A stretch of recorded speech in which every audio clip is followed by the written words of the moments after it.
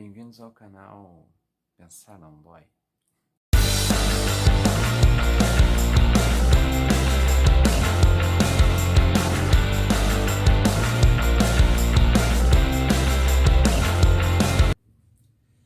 Olá, alunos do 8º ano, como estão?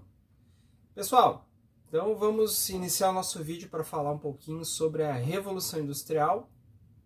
Então vou dar uma explicação para vocês, falar um pouquinho do roteiro de estudos e um pouquinho de como desenvolver as atividades propostas aí, certo?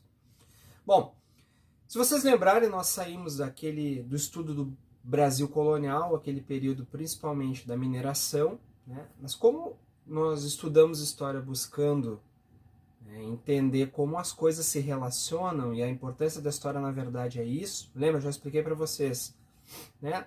Não é decorar a data, não é só saber o que aconteceu em tal lugar e tal época, mas saber o que isso que aconteceu aqui desse lado do mundo tem a ver com aquilo que aconteceu lá do outro lado do mundo, porque tudo é relacionado. Em épocas de Covid, então, né, dessa pandemia, a gente pode ver como tudo no mundo é relacionado. Algo que começou lá na China conseguiu simplesmente parar o mundo inteiro. Obviamente que quando a gente fala de Revolução Industrial, nós estamos falando aí final do século XVII, XVIII e XIX, né, uma grande mudança no mundo. Quando a gente fala em revolução, a diferença de revolta e revolução, né? Revolução é algo que realmente vai mexer as estruturas sociais, políticas, econômicas, e a Revolução Industrial vai fazer exatamente isso. Por que a gente parte da época da mineração? Então, todos os metais que foram retirados aqui da América, do Brasil principalmente, e das minas lá de Potosí, na América Espanhola, fizeram simplesmente o comércio mundial bombar. Certo? Todo o metal que saiu daqui serviu para cunhar moedas e para fazer a economia mundial mudar como nunca tinha sido mudado até antes. Isso vai estar relacionado a outros fatos. Vamos lá, primeiro deles. Os avanços tecnológicos, tá? Muito que chegou na Europa, principalmente. A Europa então é o epicentro dessa mudança, tá? Muito do conhecimento científico que veio da Ásia, especialmente da China, daquele mundo oriental, né, através dos islâmicos, tudo isso alinhado ao quê? A uma maior liberdade de expressão, né? A igreja cristã, a igreja católica principalmente, ela vai perder um pouco da influência, deixando um maior campo, um maior espaço para o desenvolvimento científico, certo? E afora isso, peculiaridades locais, como a questão, por exemplo, estrutural da Inglaterra e da França. O absolutismo, vocês lembram disso? Maravilha. Então vamos começar, antes de falar de absolutismo, explicar o seguinte. O que o roteiro de estudos de vocês está dizendo? Primeiro, é a unidade 3 do livro, capítulo 1, né, páginas 76 a 80. Eu tinha pedido o seguinte: realizar a leitura e fichamento no caderno com os principais pontos apresentados em cada subtítulo do capítulo. E daí aí eu listo quais são os subtítulos. O que nós vamos fazer no vídeo de hoje, então? Eu vou explicar subtítulo por subtítulo. Vamos começar pelo primeiro, então? Vamos lá.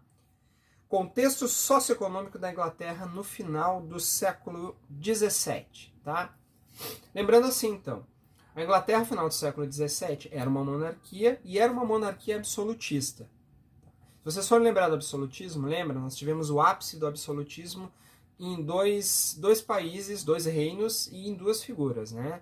Luís XIV na França e Henrique VIII na Inglaterra. Bom, nessa época aqui, Henrique VIII já havia morrido, mas no poder estava a filha dele, né, a Elizabeth I, e foi no reinado da Elizabeth I, então, que a Inglaterra vai ganhar um destaque mundial, né? Vai ganhar uma boa fatia do mercado mundial, e a cultura da manufatura que existia dentro da Inglaterra vai ser a peça-chave para isso. Mas nós vamos ter tempo para falar. Bom, qual era a situação da Inglaterra nesse momento? Então a Inglaterra tinha uma rainha poderosa, certo? Que era a rainha Elizabeth I, e nós tínhamos duas classes sociais bem proeminentes. Uma que é a classe mais antiga, que é a nobreza, que é a aristocracia britânica, ou seja, eram os donos de terra. Tá? A agricultura, até esse momento, ainda tinha uma importância grande dentro da Inglaterra, tá? Mas nós tínhamos uma outra classe que surgiu alguns séculos antes e ganhou muita força, que é a burguesia, tá? Que é uma classe que se fez no comércio principalmente, e era uma classe muito rica já. Bom, o que acontecia? Essas duas classes tinham um certo ressentimento em relação ao poder central, porque nenhuma delas apitava muito, vamos dizer assim. Tá? O parlamento existia, certo? Só que o parlamento na Inglaterra, ele só era convocado quando o rei precisava. Tipo, estamos em época de crise ou vamos entrar numa guerra, então chama o parlamento para me apoiar, ou pior, vamos dizer assim, para validar as minhas decisões. Então nós tínhamos uma burguesia com pouco espaço, já pedindo maior espaço nas decisões políticas, e uma aristocracia que também, embora fosse mais, pela maior parte da aristocracia ser formada, principalmente por nobres, estar mais perto da rainha, mas também era ressentida, principalmente porque, lembra, Henrique VIII assume o poder na Inglaterra e vai fundar uma igreja nacional, que é a Igreja Anglicana, que é uma igreja protestante. Isso já fez os católicos se ressentirem bastante. Lembrando que, por exemplo, a Irlanda, que fazia parte dessa Grã-Bretanha, era um país de maioria católica, assim como a Escócia, certo? Bom, quando Henrique VIII morre, assume então a Maria Sanguinária, ou a Blood Mary, né, que era assim como o pai, uma protestante, e vai começar uma perseguição aos cristãos.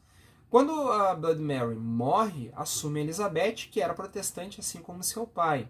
Tá? E isso fez os católicos se ressentirem muito, porque ela deu uma maior visibilidade, deu maior apoio e até, vamos dizer assim, uma maior influência política aos protestantes, certo? Então a primeira parte é isso que a gente tem que entender. Então o contexto da Inglaterra é esse. Estava começando a dominar os mares, tinha um governo centralizado numa rainha poderosa, mas já tinham duas classes que se ressentiam de ter uma maior participação política. Um pouco pela própria influência econômica, pelo poderio econômico que tinham, e também pela questão religiosa. Certo? Maravilha. Vamos para o segundo ponto, então. Tem que lembrar o seguinte, essa parte é importante para a gente entender o início.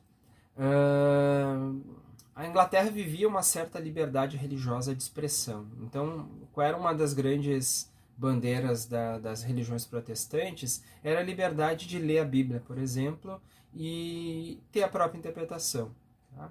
A partir do rei Jaime, então, foi publicada uma Bíblia que ficou bastante acessível às pessoas, e dentro da Inglaterra se criou vários grupos, né? Puritanos, presbiterianos, os próprios anglicanos, né? Os católicos, cada um com uma visão religiosa diferente, embora todos cristãos. E isso gerou uma tensão muito grande. Tá? Qual foi o grande problema em relação aos irlandeses? O rei Carlos I, então, que era anglicano, tentou impor a religião deles para os irlandeses. E os irlandeses se revoltaram e resolveram atacar o império. Tá? O que o Carlos precisava? Precisava do exército. Para ele ter o exército, ele precisava do apoio do parlamento. Só que ele não conseguiu esse apoio. Tá? Então ele tentou prender as pessoas que não apoiaram ele, mas as pessoas reunidas, que eram muito mais poderosas, afinal o exército estava na mão delas, conseguiram expulsar o Carlos I de Londres. Tá? Então quem que estava organizando? Principalmente os puritanos e os presbiterianos. Tá? O Carlos I, fora de Londres, tentou se reorganizar, tentou atacar Londres, mas ele acabou derrotado e foi preso. E o líder desse movimento se chamava Oliver Cromwell, e ele é o cara central no nosso subcapítulo seguinte, o terceiro. Certo? Vamos ao subcapítulo terceiro, então. Bom, Oliver Cromwell vai assumir o poder, então, e vai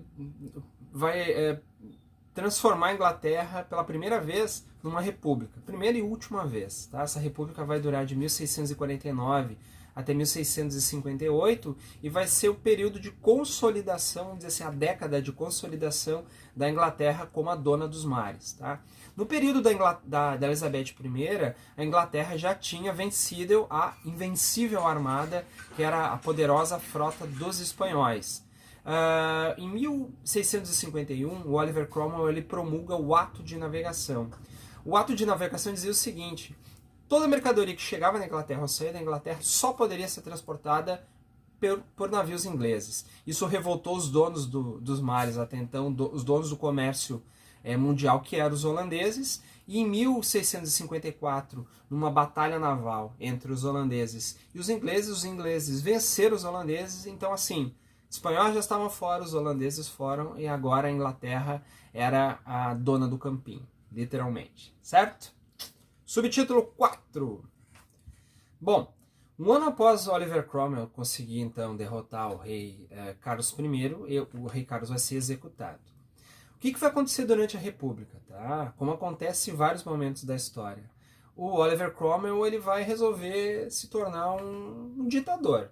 Tá? Ele gostou do cargo e pensou o seguinte: vou ficar por aqui. Tá? Ele resolveu criar uma república onde o líder da república, no caso ele, o poder seria hereditário. Então, assim que ele morresse, o filho dele deveria assumir.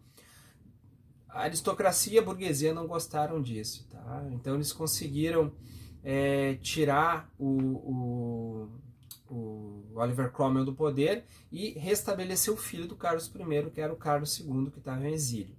O que vai acontecer? Tá? Carlos II vai reinar, só que quando o Carlos II morre, assume o irmão dele, o Jaime II, e o Jaime era católico e vai novamente tentar impor o catolicismo a todo o Império Britânico. Só que a maioria dos britânicos eram protestantes, não eram católicos. Então vai gerar uma grande pressão de novo. Só que dessa vez, ao invés de perseguir e matar o rei, eles fizeram uma pressão tão grande porque para tirar ele do poder, e a filha do Carlos II, que tinha morrido, que era casada com o rei da Holanda, tá? O Guilherme de Orange, que ela assumisse o poder, e o rei Guilherme de Orange, rei da Holanda, assumisse como rei da Inglaterra.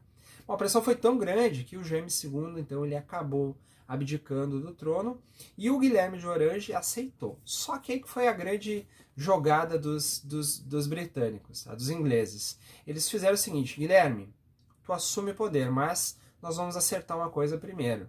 É o seguinte, vamos imprimir um documento aqui, imprimir é ótimo, né? Vamos fazer um documento, você vai assinar, dizendo que, na verdade, todas as decisões têm que passar pelo parlamento.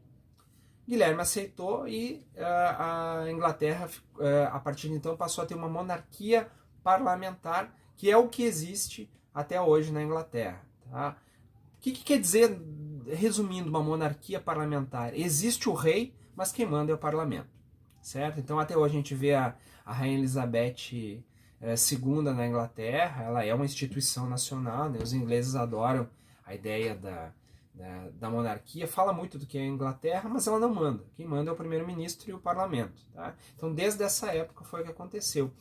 Essa revolução, então, essa mudança ficou conhecida como Revolução Gloriosa. Então, Revolução Puritana, quando Oliver Cromwell assume o poder, tira do poder e executa, lidera, né, a execução do Carlos I e instaura uma república na Inglaterra, tá?